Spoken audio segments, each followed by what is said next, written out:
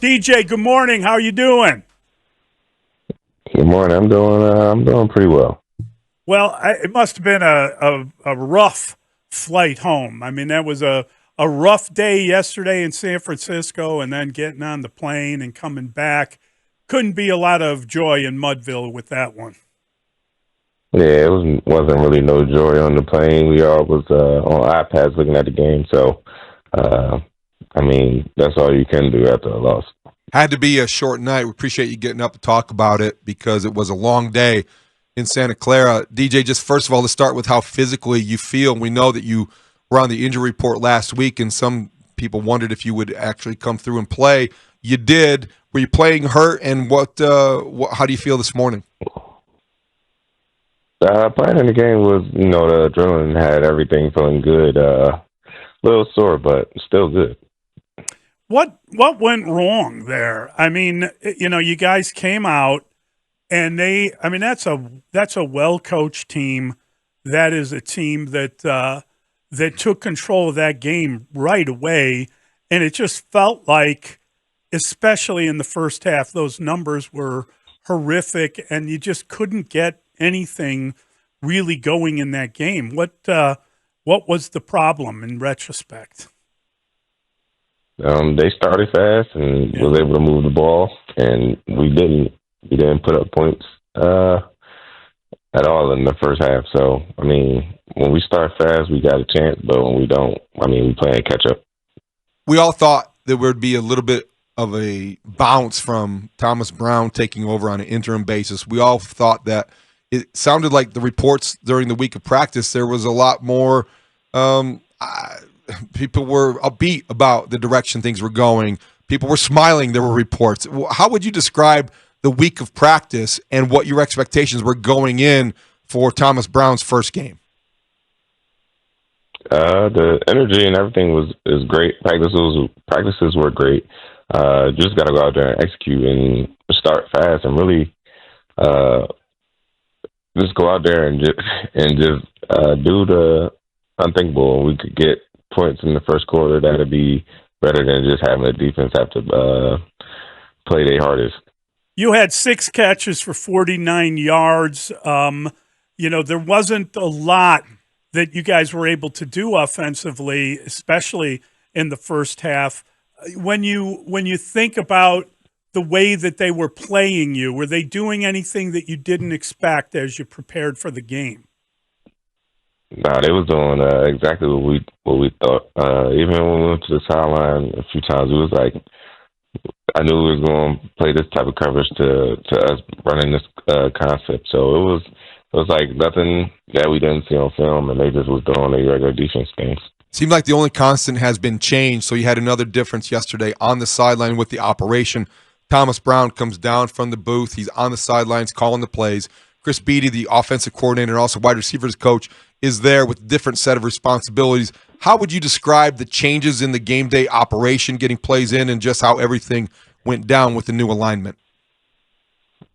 It was a pretty good job. They was in communication with everybody, asking us what we liked and what we didn't like going into it, making adjustments. They did that, and, they did a pretty good job.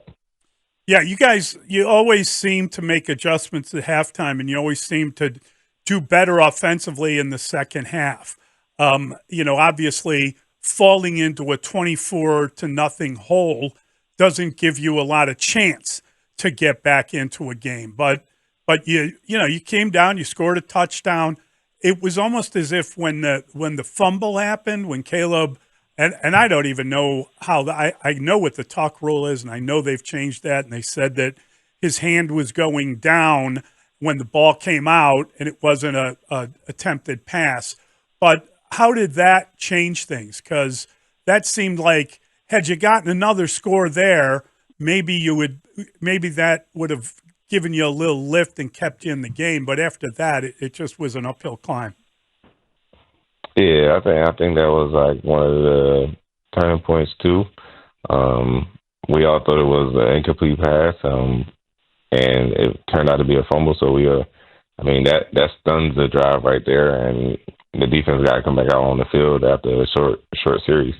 DJ, it's baffling because the slow starts that you alluded to have been consistent. And then you come out after halftime and it looks like a different offense. You guys yesterday, 16 plays, 70 yards. You eat 9 minutes off the clock. Everybody wants to have a drive like that, even though you might have eaten up too much time given how lopsided the score was. But why do you think you guys are so much better coming out in your opening series of the second half than you are the opening series of a game when you've had a week to prepare?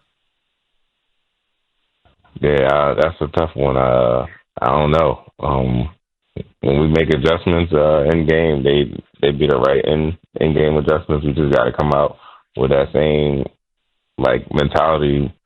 I feel like in the first half. What were you surprised at the way things went in the first half? I mean, just preparing for the game, the vibe around the team, and then getting out there. And maybe we all kind of forgot that they're still in it. They still have a shot at the playoffs, and now you guys are assured a losing season. So it's difficult from that sense. But did they surprise you, especially in the first half?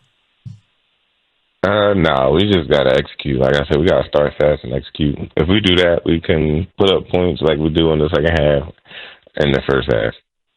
This segment with DJ Moore is sponsored by Busey Bank, building business, growing wealth since 1868. So last week, DJ, a lot of changes. We talked to you on Monday morning after Matt Eberflus was fired, and then we heard from Kevin Warren and Ryan Poles later that day. Just wondering, going back to last week with all of the changes, how did the front office handle that in addressing players? Did the team hear from Ryan Poles? Did you hear from Kevin Warren? And if you did you like what you heard? We didn't hear the team. They kind of told us, but I mean, everybody listened to the press conference, and we kind of knew that TV was going to be the interim and all that. So, I mean, everybody was just excited for him. We still are excited for him going out there and getting some wins with him.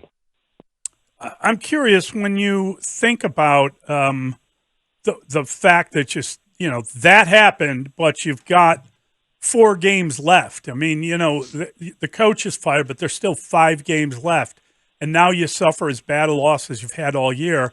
How does this team keep it together? Do you guys, as a leadership council, do you need to meet? Have you talked about how these final 4 games do matter and how to keep it together? Yeah, I think everybody knows we got to keep it together. At the end of the day, we get to go out there these next 4 Sundays and put on a show and try to win. It's hard to win in this league, but everybody loves winning attitude and winning feeling. Thomas Brown said last week his opening message to the team included a call for unity, basically to come together and maybe quiet things down. What do you remember about that message? And was there a need maybe to quiet things down after what happened? Yeah, we all just had to stick together and not separate, because when things like this happen, players tend to just separate themselves because it might seem like the season's over. So we just all got to stick together. I mean, you've sadly in your career been through some dark times, right? You've been through some difficult seasons, and I'm sure this is one of them. And I'm sure you felt like things were going to go better this year, that you guys were ready to kind of make a step. Is that the hardest part of kind of dealing with what's going on now that you've got 9 losses? Yeah, you go into the season with high expectations, and when they don't work out, it's heartbreaking, but everybody goes out there on Sunday and lays it out on the line. Either you win or you lose, and we happen to be on this losing streak that sucks a lot. And so the focus shifts on what the priorities are. Developing Caleb Williams has got to be at the top of the list for the Bears. So let's talk about that for a moment, DJ. Help us understand the balance that Caleb has to strike between, yes, protecting the football is of utmost importance, and he's gone now a rookie record 255 pass attempts without throwing an interception. That's the good news. I wonder if some of the bad news is, or maybe the other way to look at it is, you'd like to see him maybe take some more shots down the field, maybe try to take a few more risks to get a little bit bigger reward. How difficult is that for a quarterback to strike that balance between being, aggressive and throwing the ball down the field without fearing that he's going to get intercepted? Just reps. The more he sees, the more defenses he sees, the more he just, how can I put it, evolves with the game of being at this high level in the NFL. He'll understand and see the one-on-ones down the field and putting it out there. Are there times where he's being too careful that you see? Do you think that you'd agree with that assessment? Nah, I'm cool. I'm cool with him just not turning the ball over and we being on the field to just be even in a positive mindset to just stay on the field as long as we can and score. We were talking about the Matt Eberflus being gone, and we were kind of just lamenting the idea that the one thing that defense did pretty well was get together and hold teams off from scoring touchdowns in the red zones, and then maybe that was his greatest gift. But unfortunately, they ended up scoring 3 touchdowns. Now they have 1 called back on a penalty, and then you held them to a field goal on that one. But I'm talking about the first half. But was that kind of the difference with Eberflus there versus him gone? The idea that the red zone defense kind of kept you in some games? I don't know. I don't know how to answer that. The defense is still the same. Everything you would have to ask my own defense is how they feel about it. But they scored on our defense, and I mean that's unusual. DJ, as a captain on this team and a veteran in the league, you've been through your share of coaching changes. And I just wonder how it goes down, because the relationship between a head coach and his players, maybe with Matt Eberflus and defensive players, was a little bit closer, a little more connected. But after he loses his job, is there any connection? Is there any communication between you and Matt Eberflus? Did you have that kind of relationship, and how did you feel about the fact that he lost his job in season? I haven't contacted him. He hasn't contacted me. But in season, fire and you never want to see. I mean, like I said before, it's people's livelihoods and how they feed their families. So, I mean, but the business is the business at the end of the day. It's interesting because I think Thomas Brown said that he called everyone over the weekend, that he made sure that he spoke to all of you guys.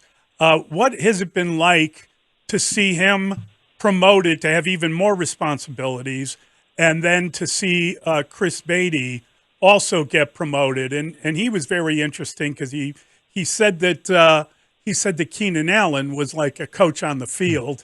I thought that was kind of funny, but I don't know. You've been around a long time. I'm sure you have a pretty good sense of, you're not leaning on a wide receivers coach, but how have things changed with these guys moving up and taking on different responsibilities as well as their current jobs? Their leadership is coming out. Both of them, you can tell they want to leave a footprint and how they coach and how it's going to be moving forward. They want to be intense and upbeat and not be having a losing mindset, and we just got to fix that. Does that make you assistant wide receivers coach? Nah, that's not me. We could give that to let's see who's in the room. We could give it to Rome. So we also heard from Keenan Allen last week. He talked about his future and how next year he would like to come back to the Bears if possible. We know he's a free agent, 4 games remaining on his deal. He's somebody that you seem to get along with very well, DJ. If you were to make a case for why Keenan Allen at 33 would be a good idea for him to return to the Bears, what would it sound like? We all got camaraderie, and we got relationships that we can keep building on, and I think we really built on them throughout this tough time. And I mean, to have us all 3 back together would be special, and have Caleb because he's already going to have relationships and a connection with everybody. You've got a season to play and you've got games to play. Are you following any of this speculation about who could be in or who could be out? Do you know the names of the people that are considered hot candidates? Have you daydreamed at all about that, or is that something you don't allow yourself to do? No, I haven't really been seeing the coaches. I mean, I heard about the one with Cliff Kingsbury, but that was the only one that I seen on like X or anything. That would be it. How distracting is it in the midst of the coaching speculation? Thomas Brown has a job to do. You've got 4 games to play. There's a lot of noise surrounding the Chicago Bears season right now, even in the midst of this losing streak. How do you deal with those distractions? Just don't pay it no mind, really. Just know that you still got a job to finish out this year, and that only applies to next year. You know, one of the things that happened in the post game, and I'm sure you weren't aware of it, is that Kyle Shanahan, when he spoke, he was asked if he would want to go to the Bears. That there's been a rumor that they should trade draft capital to San Francisco and lure him to Chicago, and he pretty much shot that down. I mean, a lot of people have shot it down, but you can cross that name off the list. Is that just sort of an absurdity? Do you I guess this is going to happen with everybody you play now. They're going to be wondering who's going to come in as the next head coach. It seems crazy, but the Shanahan rumor was pretty funny in my opinion. Well, yeah, I think there's going to be a lot of speculation and a lot of different names being thrown out, and we'll just have to all just wait and see who they all hire to be the next head coach. If you were a general manager, would you trade for a coach? Are there any coaches you would trade for? I won't know until after the season. We'll ask you then.